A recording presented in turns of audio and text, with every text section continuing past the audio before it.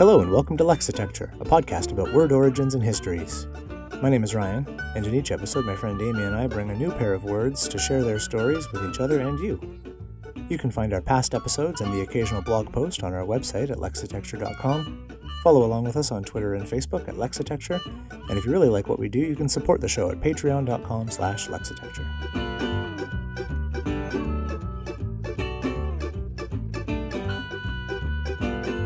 Today's episode, Water Talk. Let's do some words. We'll do some words. First off, we have more people to thank. We do, which is so wonderful. It is so wonderful. I never get tired of this. No. I never get tired of saying, you guys are completely fantastic, brilliant, just all of the superlatives I can think of. I'm hurling them at you psychically and electronically because we are so grateful to all of our Patreon supporters. Absolutely. We're now working for free. Basically, we've reached financial sustainability, which is pretty amazing. Yeah. Plans for the future and expansions and stuff, and there are other things in store. Ryan, if you're going to take over the world, it's best to not tell everybody about it first. Just a heads up. That's true. Never mind. Forget I said that. Yeah. But if anyone else... No, there are no plans. We have no flags. We can't conquer anybody. Per Eddie Izzard. Do you have a flag? So, yeah, huge shout out and thank yous go to our 3 new Patreon sponsors this week. Chris Lott, and then 2 people who preferred just first names. So, Aaron and Dale. Thank you so much, you guys. And so they join the rest of our sponsors, and we're eternally grateful, as Amy said. And if anyone else would like to support the show, patreon.com/Lexitecture, and that lets us not at all take over the world in any way at all. No, so don't worry about it. Join our merry band of word nerds. Yeah. We generally fight for good, not evil. But sometimes evil isn't that bad. Isn't so bad. Sometimes it's Sometimes peccability is, underrated. Peccability. I have a question to ask you, purely out of this. This is just something that it popped up on the internet. Scot, one of our Patreon supporters, and general internet supporter and all-round good guy. I say this because in the very brief window of time that I was on Twitter, I got trolled by a guy who he didn't seem to like me very much, and he called me some bad names, and Scot leapt to my defence, and I was genuinely touched by the fact that he fantastic that he would do that, basically. And we then got into quite an interesting side conversation about why people troll other people on the internet and such like. But it was very good of him. He did it in a very non-patronising, genuine sort of way. So Scott tweeted something this week about vocal fry. And I didn't know what that was. I'd never heard of vocal fry. So I Googled it, of course. Other search engines are available. In fact, I downloaded one recently where every time you search, the advertising revenue goes towards a global tree planting initiative, which is quite nice. So I Ecosia'd it in that case, and I discovered that it's to do with vocal register, and particularly it seems to be a charge that's being levelled at women, female broadcasters. So I was kind of interested in that. This is totally passed me by, but as someone who says things into a microphone, I wondered if I'm doing it. I mean, I'm not, I care very much about this podcast and about it being good, but it does strike me as something that people are complaining about needlessly. So if I am doing it, I'm probably not going to stop, but I would just like to know if I'm doing it. I don't think you are. I think... I don't think you are, but I do find there's actually a podcast out there called The Vocal Fries, and it's a pair of linguists who do fantastic work, and their whole podcast is about linguistic discrimination and how that sounds really interesting. People use people's vocabulary and lexicons and accents and all this stuff basically as a vehicle for their own discriminatory leanings. Okay. And one of the things, and so the way vocal fry plays into it is it's almost always something that's leveled at women, but it's not remotely exclusively employed by women, or it's not remotely and exclusively female voice characteristic. Well, And so, when I ecosiad the definition, I thought it would surely be something, because it's about low register. I I thought that that would perhaps be something that would be more likely to happen to male voices, because male voices are lower than female voices. yeah. And so it's one of those things where it's like, if both women and men are doing it, and 97% of the complaints about it are about women doing it, then perhaps the complaint is not about the voice Okay. or the technique. Perhaps the complaint is, you're a jerk who doesn't like women, Yeah, yeah, maybe, you know? that's And so that's yeah. kind of that thing. But anyway, vocal fries are pretty great, and they do some pretty cool stuff in looking at linguistic discrimination. So there's our Cool. podcast, our fellow language podcast shout out for the day. Yeah, I will absolutely check that out. It sounds really good. I'm well, I was about to say I'm a bit self-conscious about my voice. Clearly I'm not, or I wouldn't be making a podcast. But I have vocal fold nodules, which basically means I have a little callus on the folds of skin that vibrate together to create your voice. And it's not, I mean, it's not terrible.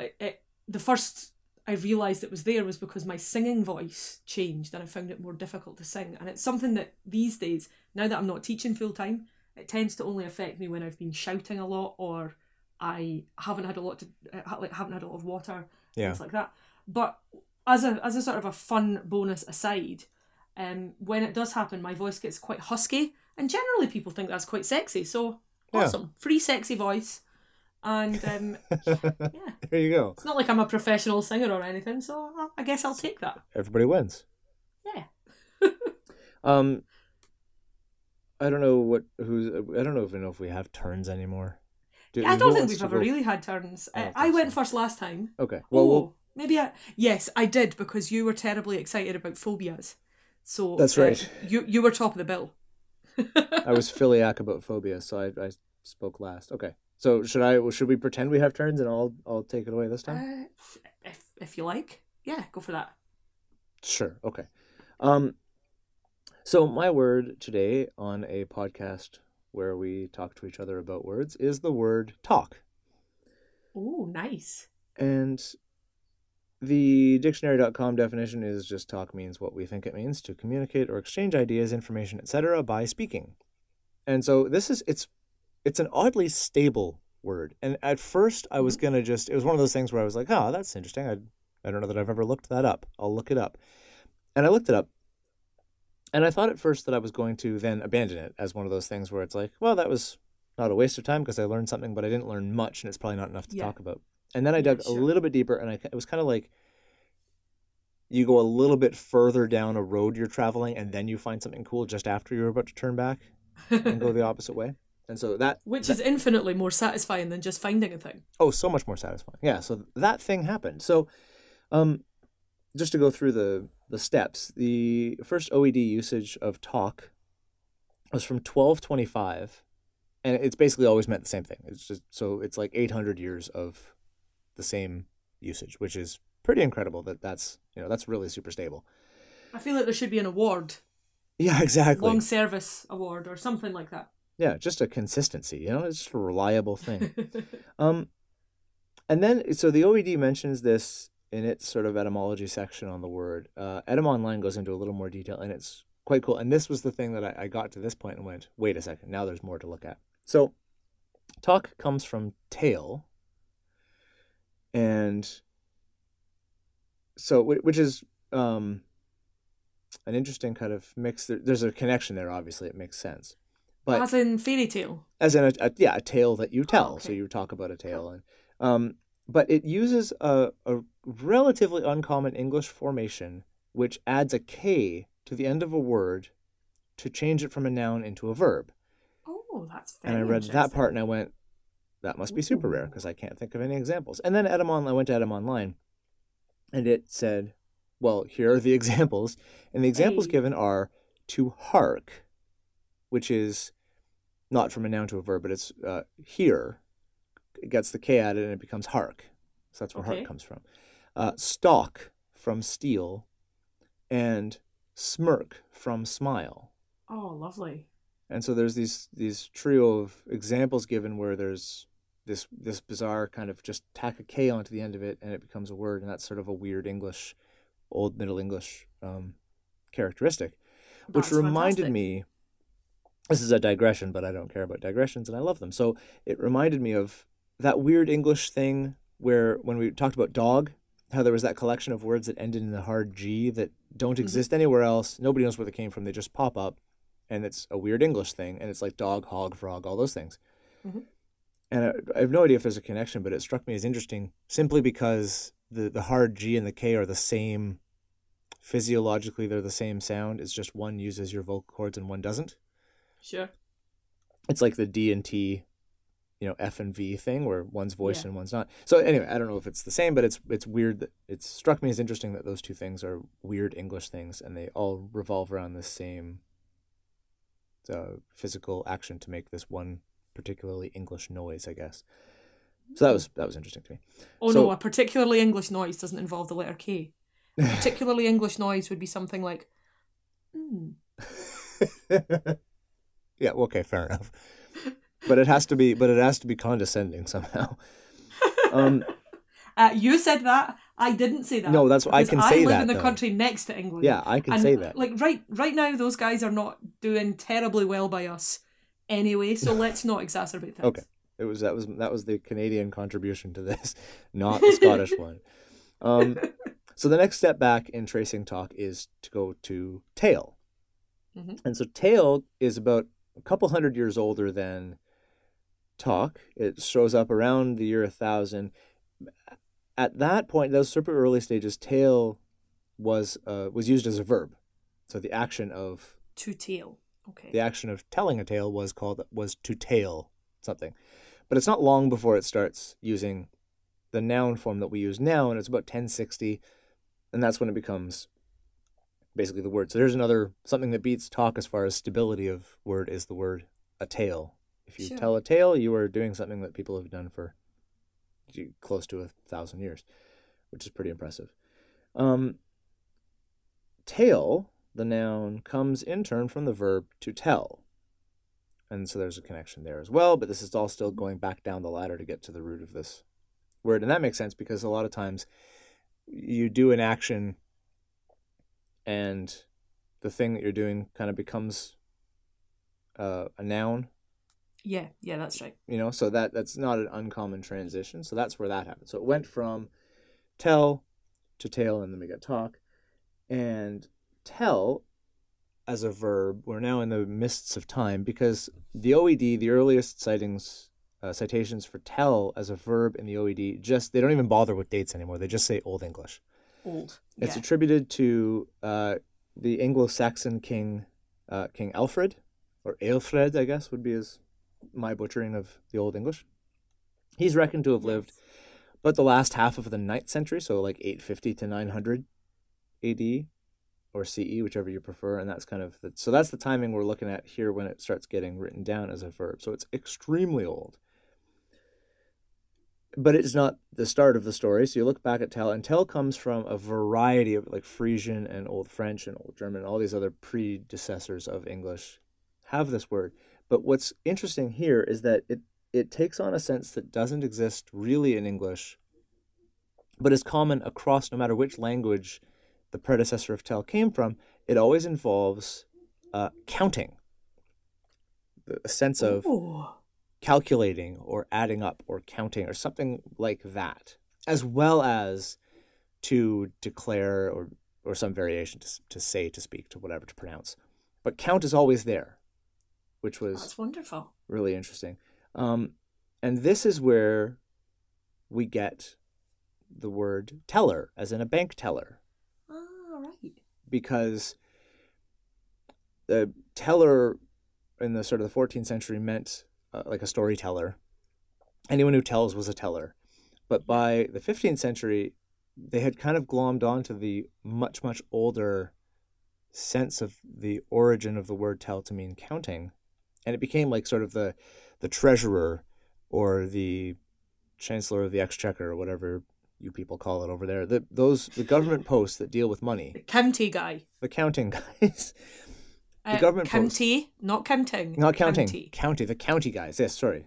Them county blokes would be called tellers, and then it kind of broadened out again, anyone to do with money, and now it's sort of really narrowly focused in just basically on bank tellers. I don't know do you call them tellers in Britain?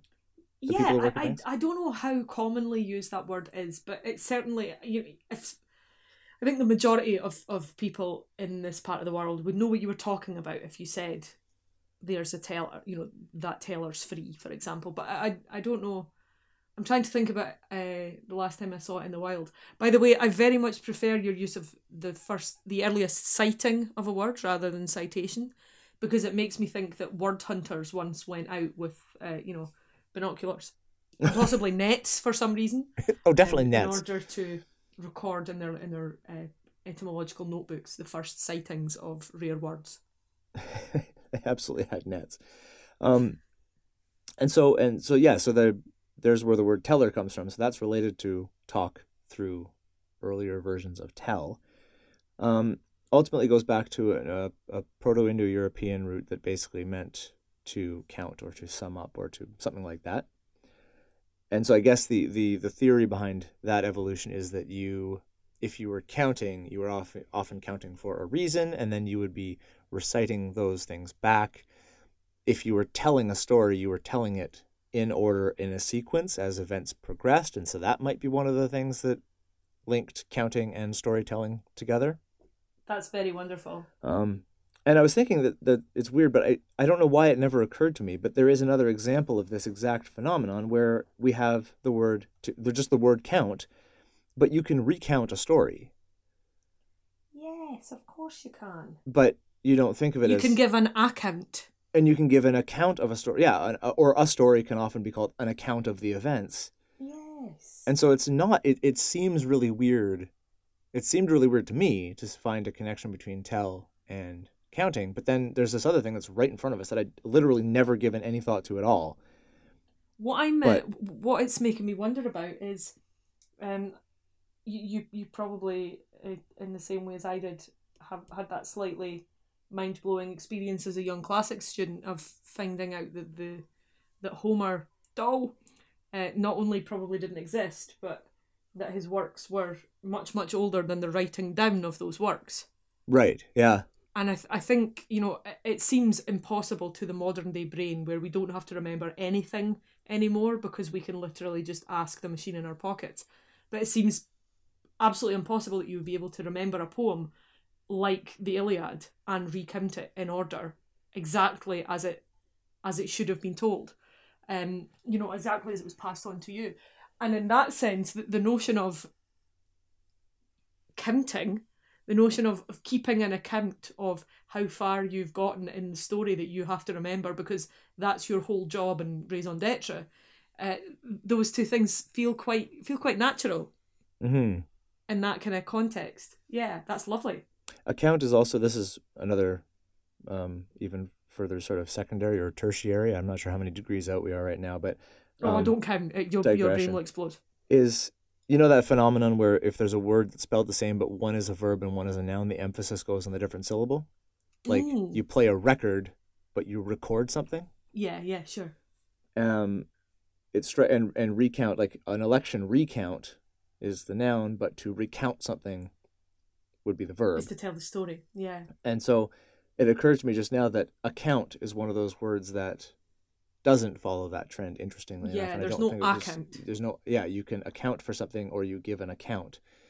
But yeah, you never have an account of something, which is interesting. I wonder if it's the vowel start. Anyway, someone out there knows. Possibly. If there are any linguists listening. First of all, I apologize. And second of all, if you know that and can drop us a line on Twitter or email or whatever. I just wanted to finish up real quick because I love the book so much, and I just found out that I can actually buy a physical copy of it on the internet, and now I'm saving up for it as Synonyms Discriminated. No, a real dusty copy, a real actual beautiful. Yeah, amazing. It's actually it'd be cheaper for you to buy it because it's in the UK somewhere. The one that I found, but I found cool. Talk doesn't have its own entry into synonyms discriminated, so I looked up speak, thinking that if that was there, the alternative would be to talk, and it was. So this is the entry for speak, but it kind of defines talk in that it discriminates it from speak. So Smith says, speak is indefinite and may involve one word or many. A person recovering from insensibility may just be able to speak, though not to talk, which is to speak consecutively and on diverse subjects. The word is allied to tell. Speech is of one, talk may be shared by several. To speak is a characteristic of man, to talk of loquacious man. That's so beautiful. Yeah. So I love Smith. I also love Smith. So I just love Smith. So to talk is different from speaking. Talking is different from speaking because talking has to make a certain amount of sense, whereas speaking, you can just be uttering and you can still be speaking, even if though you're not being particularly sensical in what you're saying. So, in other words, most of the oral communication that we encounter is speaking. Every now and again, we are lucky enough to talk. Yes, that's a great way to look at it. Yeah, for sure. If we're lucky enough to talk, we should consider ourselves fortunate indeed. So yeah, that's the surprising twisty-turny journey of talk.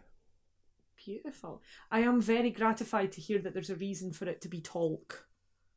And I've forgotten what the other examples were already. Smirk, which didn't fit the pattern, but there was another one that ended, the root word ended in an L, and thus it became an LK ending. One thing because otherwise talk is so, it looks so completely foreign. Yeah, the L doesn't make any sense. There's a good reason for it. But the L is actually a genuine. There's a reason for it, which is good. Yeah, which is not always the case when it comes to words, let's face it. No, it's not. Because of this podcast and because of my general interest in this sort of thing, people ask me a lot of questions that start off with, how come? And most of those questions, the answer that I have is just English, that's how it goes. Just because. Yeah, just because. How come it's talk, but you don't say? Yeah. So I do love it when people ask me those questions. Don't get me wrong, I'm not complaining about the questions. I just won't be able to answer them terribly well because languages are very, very, very complicated. But this one does have a surprisingly clear, because English has this weird thing of putting a K on the end, and it started with tell. Brilliant. So there it is, yeah. Great. So let us continue to talk. Yes, your turn to talk. In Smith's sense, I hope. Although there might be a little bit of speaking in between because you know what I'm like. Superb. Cool. So the word that I have chosen to talk about this week is water. W-A-T-E-R, noun, and of course there's a verb form too. And the OED defines it as the substance, most commonly encountered as a liquid, which is the principal constituent of seas, lakes and rivers, and which falls as rain and other forms of precipitation. Okay. And then the definition continues, water is necessary for life, put to a wide range of domestic and industrial uses, so on, so on, so on, so on. And this was another one of these choices. It just kind of popped into my head. Where does that word come from? Because of course, without water, there's no life. Without life, there's no language. So I figured that since this entity is central to our survival on the planet, that the word may have been around for quite a long time, might have gone through some changes. Who knows? Let's see. Let's investigate. And interestingly, the first sighting of this word that's given in the OED also comes from King Alfred. Neat. That guy was prolific. Yeah, he's been doing some good writing down. Good historical writing down. And the early Old English tag is given to it in the OED, as you say, presumably because they're not able to give a date with any great accuracy. They give the period instead. So it's not until about 1200 that they start including the dates of this. So water, cognate with some of the ground that you've covered already here. We have Old Frisian wetter, Dutch water, Old Saxon water with an A. A very, very stable word. Yet another very, very stable word. And so I also did that thing of, is this an interesting word to talk about or not? Let's have a look. And discovered that it comes from an Indo-European root. And the Indo-European root is wed, W-E-D.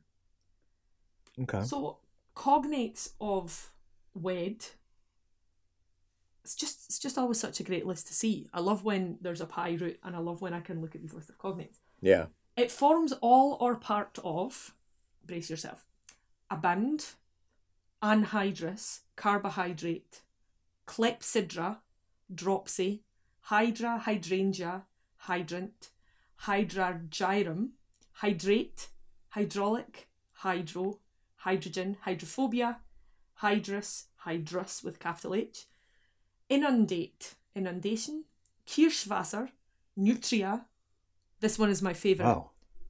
otter, redound, redundant, surround, undine, undulant, undulate, undulation, vodka, wash, water, wet, whiskey, and winter. What a motley crew. That's So wow. Yeah, I had plenty to talk about as soon as I saw this list of cognates. So one of the most interesting words that I found in that list, a word that was not familiar to me, clepsydra. It's spelled here Clepsydra and has that YDRA, like hydroelectricity kind of thing. Mm-hmm. But what a clepsydra is, it is an ancient Greek water clock. Now that citation is given from the 1640s, from a Latinized form of Greek clepsydra, from the stem of kleptine, to steal or to hide, as in kleptomania. Yeah. Plus hide or water from the suffix root of pi root wed. In other words, it's a water stealing device. Etim Online says a device for measuring time by the amount of water discharged from a terracotta vessel into another through a small hole. It works on the same principle as the hourglass. Right. It was used in classical Athens to measure smaller segments of time, probably 30 minutes or less, than the sundial. 6 minutes seems to have been a typical time to drain the vessel, and especially to regulate the allowed time for speeches in tribunals.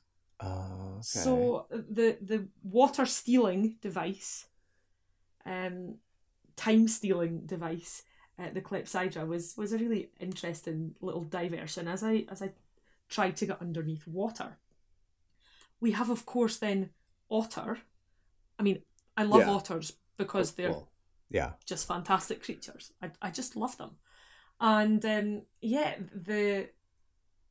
pi root, wet, then coming into Old English, otter, O-T-R, otter, otras.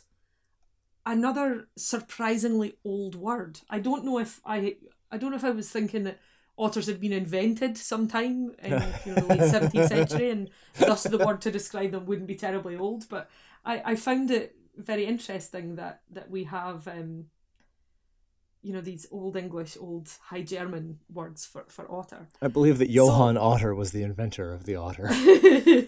That should definitely be the case. And good man yourself. And we also have come into the pi root oudros.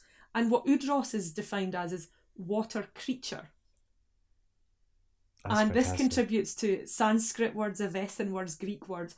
And this is where we get that Greek prefix or word component, hydra. Okay. So from oudros to otter also gives us oudros to hydra. And that pi root, oudros, itself comes from that earlier wed root, which means water or wet. So the sea creature, the sea otter, also sometimes known as the sea ape, is literally a water creature in Proto-Indo-European. That's fantastic. I love that. We then have some that are a bit more obvious. Wash and water, vodka, right? Which the Russian, it's a diminutive of the Russian word voda, which means water. And again, this comes directly from our pi root wed. And the very, very lovely undulant and undulate. Yeah, that's fantastic. Of course, referring to wave movement. So, yeah, water gets around. It forms a vital ingredient of a lot of really, really interesting words. And it also contributes to quite a lot of interesting expressions. So we have, Etim Online gives, to keep one's head above water, in the figurative sense, which is recorded from 1742. Oh, wow.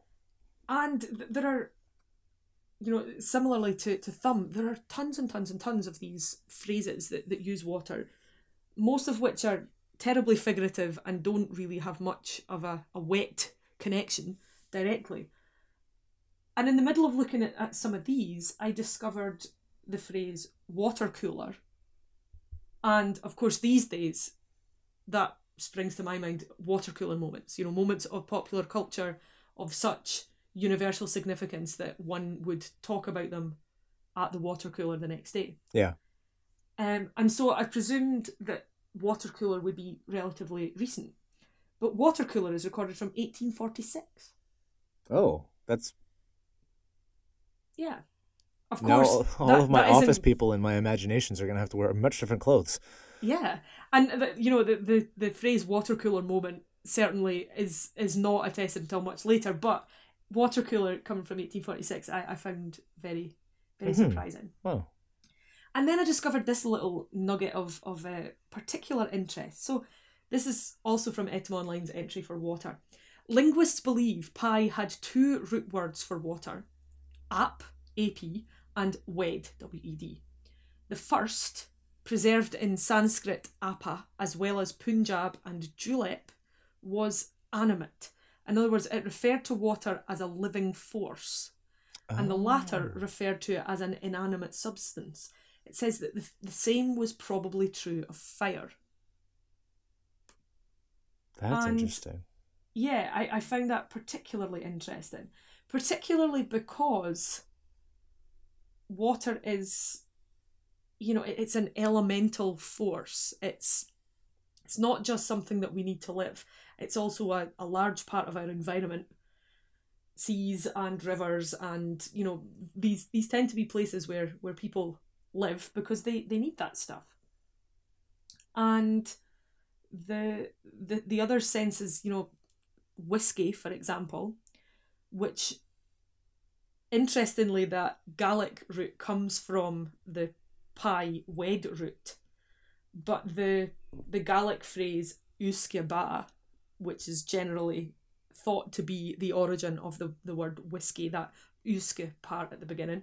And excuse my pronunciation if we've got any Gaelic speaking listeners, because I come from a part of Scotland where Gaelic has never ever been spoken natively. So while it's a really interesting language and one that I would very much like to know more about, I don't, because I also don't speak French because I don't live in France. And I know that's not an excuse, but anyway, Gaelic ran over. So uisce ba, as I believe it's pronounced, translates as water of life. And of course you get that sense of water of life and often very strong booze in things like aqua vitae and eau de vie and aquavit and things like that. We also have, and this was a very interesting little article that I found on the Macmillan Dictionary blog, the Old English word island, island, as they put it, is a compound of yes, I-E-Z, and land. And the first of these two elements means water and is cognate with the Latin aqua. And in medieval times, the spelling was I-L-A-N-D, island, or Y-L-A-N-D. But then the word became associated with isle, I-S-L-E, which is actually of French origin. And that's where we get this excrescent S in island, which kind of takes us away a little bit from that sense of the land that has the water beside it. Right. Yeah. The French. And of course, as a Scot talking about water, I had to dive deep, pardon my not very clever imagery. I had to dive deep into the fascinating world of the glottal stop. Because depending on who I'm talking to, what the context is, whether or not I'm tired or taking a piss or being formal or being serious, the number of ways that I might pronounce the word that I am currently discussing is, fairly varied. So, in proper formal talking on a podcast to people who might be listening, I say water. But my habit would generally be to say water. Oh, okay. And there's something about the word water that it's confusing. It's almost like you could say to someone in Scotland, in Dundee, how do you pronounce this word?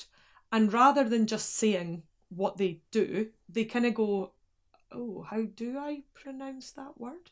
So you get water with a very firmly articulated T, which for some reason sometimes sounds like the person is trying a little bit too hard to be posh. It's kind of how I feel at the moment when I'm saying water. But water sounds so ridiculously glottal stopped that it almost doesn't bear any resemblance to the wet stuff. But then you sometimes get this kind of slightly in the middle place, particularly on things like local radio and local TV, where people say water. That's kind of annoying. But yeah, there's something about this word that brings out my glottal stop. And of course, it would be amiss of me, since I now know the word thanks to previous episodes and previous research, not to point out that glottal stop is an autologous word.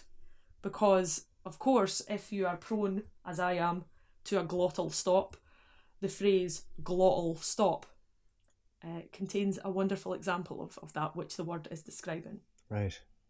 That's very cool. Yeah. It's also just a really sad, like you've had two incredibly satisfying phrases that I think I just want them on a t-shirt just by themselves, no reason. Excrescent S's was one that was the excrescent S in the aisle. S's. When you said that's where we get the excrescent S in the aisle is fantastic. And then just the word glottal stop is just a fun word to say. Yeah, it's good fun. I remember being vaguely aware of what glottal stops were as a kid. I don't know. It strikes me vaguely that it might be something that a particularly stern, stick up the arse adult might have once kind of criticised Scots with. I say what an awful glottal stop kind of thing. But then I also remember meeting a Canadian guy in Korea. More stories of Canadian guys in Korea. There were some Koreans there too, honestly. I didn't just meet Korean guys. I didn't just meet Canadian guys in Korea. But wonderful, wonderful Al. And I was introduced to Al just in a sort of this is Al, he's Canadian. Oh, hi, nice to meet you. I'm Amy, I'm from Scotland. Da da da da da. And the first thing he said to me was, "You have a wonderful glottal stop." And I said, "Oh, thank you, I think." It was a very odd way to start an acquaintance, but yeah, I liked him a lot, and I liked the fact that he'd noticed. I do love a comedy glottal stop. Because you can really hit that sort of thing really hard. So I recently started practicing Pilates, and I've been cheating on yoga with Pilates. Don't tell anyone. I lose my yoga card. Scandal. But and of course Pilates is called Pilates because it was created by Joseph Pilates, which people often find very surprising. I think they think it's some kind of mystical Eastern art, but no, Joe Pilates. He had a gym in New York City. He popularised this system of exercise. But because going to Pilates classes feels to me, in the same way that going to yoga classes feels to me like a slightly frivolous middle class sort of thing to do, and I don't otherwise consider myself frivolous and middle class, but I do practice yoga and now Pilates, I like to sort of take the piss out of myself. So generally I like to pronounce it Pilates. Which, I mean, while I technically cover all of the syllables in that word, I do so in a very particular way. Yeah. So, yeah. Water, Pilates, glottal stops. Yeah. Glottal stops everywhere. Very cool. Yeah, water. It was a pretty windy